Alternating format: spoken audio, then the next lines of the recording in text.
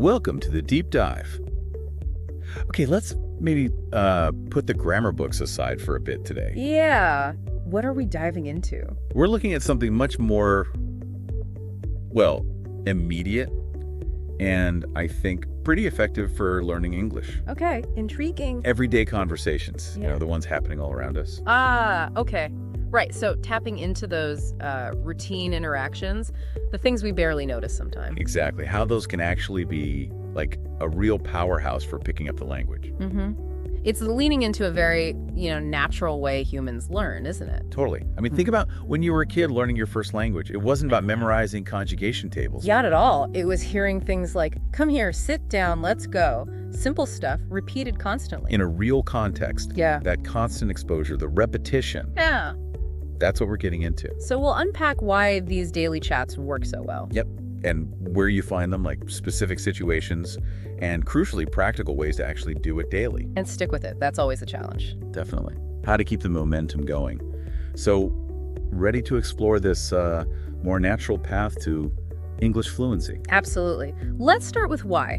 Why are these daily chats so effective? Okay, yeah, let's dig into that. Why are these everyday exchanges maybe, well, the secret weapon? Maybe even more useful than, hours of dedicated study alone. Well, I think the core reason is authenticity. Simple as that. Daily conversations are real. It's practical English. The language people actually use. Exactly. Which, let's be honest, can be quite different from the more formal stuff you sometimes see in textbooks or learning materials. So it's like living the language, not just studying it. Like reading as swimming versus actually jumping in the pool. That's a great analogy. Yeah. It's immersion in the living language. You experience it in action. You're not just like recalling rules from a page. No, you're seeing and hearing how those rules, how they actually work naturally, organically. It reminds me, I had a friend who moved here from Japan. Brilliant woman. Years of English classes. Grammar. Perfect on paper. But then a colleague just casually said, "Hey, what's up?" And she just froze. Completely stumped. Wow. And that really highlights it, doesn't it? The gap between knowing the rules and knowing how to, just chat. She had the academic knowledge, the framework, but maybe lacked the familiarity with those super common informal greetings, the bread and butter of daily interaction. Exactly. And that's where these daily conversations are gold. They teach you those phrases you hear all the time. Like, no worries, or sounds good. Yeah, things that might not be chapter 1 in a grammar book. And there's another layer to the cultural context. Language isn't just words in a dictionary, is it? No, definitely not. It's tied up with how people interact, the nuances, the unspoken stuff that happens in a community. Daily conversations give you that. That makes total sense. Yeah. It's like knowing ingredients, but not the recipe. How they actually combine. Yeah. And I bet actually talking regularly helps with confidence too. A lot. Oh, absolutely. Huge confidence builder. Speaking consistently, even just short interactions, it naturally makes you more comfortable. You start to worry less about making mistakes.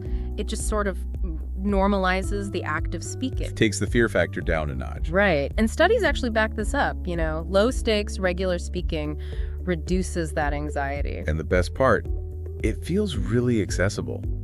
Like you don't strictly need a classroom or a private tutor for this specific thing. Not necessarily. The key ingredients are just listening, speaking, and repeating. Doing it every day as much as you can. Okay, so that leads us to the practical bit. Where do we actually find these conversations? Good question. Let's pinpoint some common everyday situations that are basically learning labs waiting to happen. All right, like say the grocery store or the local market. Perfect example. These are great because they're regular. You probably do them anyway, right? So it's easy to weave practice into your routine. So what kind of phrases are we talking about there? Well, things you might need to say yourself, like, excuse me, where can I find the eggs? Or maybe, how much is this? Or just, do you have any bags? Simple things. Exactly. And then you hear the responses, right? They're in aisle 3. That'll be $4.50. Would you like a receipt? Standard stuff, but it's real world. And listening to that, even briefly, you're tuning your ear to natural pronunciation, the rhythm, the intonation. It's not just the words, it's the music of the language. Okay, so a little tip then. Yeah. Maybe before you go shopping next time, mentally rehearse a couple of those phrases. Good idea. Or even just say them quietly to yourself while you're walking around. It makes it less daunting when you actually need to speak. Right. Okay, what about grabbing a coffee? Or eating out? Another common one. Oh, yeah, definitely. Coffee shops, restaurants, fantastic arenas. You walk in, the barista probably says something like, Hi there. What can I get for you today? Something like that. yeah. And you might reply, can I get a cappuccino, please? Or maybe ask, do you have oat milk? And then there's always, for here or to go.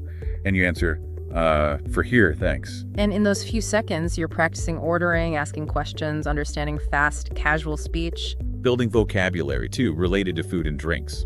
Exactly. And here's another tip similar to the grocery store one. Practice at home. Yeah. Practice your usual coffee order. Maybe even in front of a mirror. Sounds silly, I know. But it helps lock it in, right? Makes those phrases feel more natural when you actually say them. Totally. Okay, what about public transport, buses, trains? Oh, interesting. How does that work? Well, you get opportunities for listening, overhearing announcements, snippets of chat, but also you might need to ask for info yourself. Right. Like, excuse me, does this train go to Central Station? Or how long does it take to get there? Maybe could you let me know when we reach Main Street? So you're learning how to navigate, but also How to ask for help, which is such a crucial skill when you're learning a language, maybe feeling a bit lost sometimes. very true. Okay, one more common scenario. Work or school? Even if English isn't the main language there, you often get chances for casual interaction, right? Yeah, like small talk by the coffee machine or whatever. Yeah, exactly. Simple things like, how's your day going? Or maybe, did you watch the game last night? Or just acknowledging something shared. Like, oh, I'm still getting used to this new schedule. And those little lines, they seem small, but they build connections, sharpen your listening for informal chat, and you pick up everyday expressions you wouldn't find in a formal lesson. Okay, so we've got these great places and situations. But how do you actually make yourself practice daily? Especially if you're, say, not living in an English-speaking country right now. Right, that's the key, isn't it? Being proactive. Even without full immersion, there are definitely effective ways to build this into your daily life. Okay, let's hear them. I heard one that sounds kind of funny, but maybe works. Talking to yourself. In English. It does sound a bit odd, yeah. But it's surprisingly powerful. The idea is you're training your brain to actually think in English. How so? Well, as you're doing things, say, in the morning, you just narrate it internally. Okay, I'm brushing my teeth now, right? Time to make some breakfast. I'm going to take a shower. Like your own little English commentary track. Exactly. And the more you do that internal monologue, the more natural it feels for your brain to just operate in English, even in your thoughts. Takes the pressure off, too. No audience. Precisely. No external judgment. Okay, another technique. Creating mini conversations. Like writing little scripts. Or acting them out. Yeah, exactly. Short dialogues. Imagine, say, you lost your phone somewhere. Okay. You could practice saying, "Excuse me, I think I lost my phone here." Then imagine the reply. Oh. You describe it and you answer, "Yes, it's black with a red cover." See. It's like a mental rehearsal for real situations. So if it happens, you feel a bit more prepared, maybe less nervous. That's smart. It builds familiarity, definitely. Okay, what else? Well, there are language exchange apps, which are fantastic resources. Oh yeah, like Hello Talk, Tandem, Yeah. those kinds of things. Exactly. And even conversation clubs or groups on Zoom, they connect you directly with native speakers. People who are often learning your language too, right? So it's an exchange. Often, yeah. And even just chatting for a bit each day gives you practice with how people really talk. Slang, informal stuff. Plus, you can make new friends. Makes it less like studying, more social. It really does. Okay, now for improving pronunciation and flow. Have you heard of shadowing? Shadowing. Tell me more.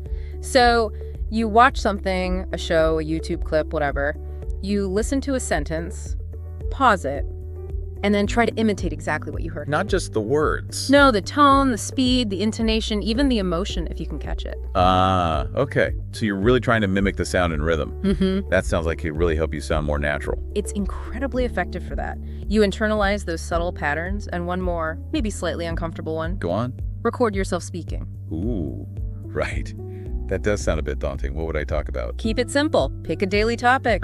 What did I do today? Or tell me about your favorite movie. Just speak for, say, 2 or 3 minutes, then listen back.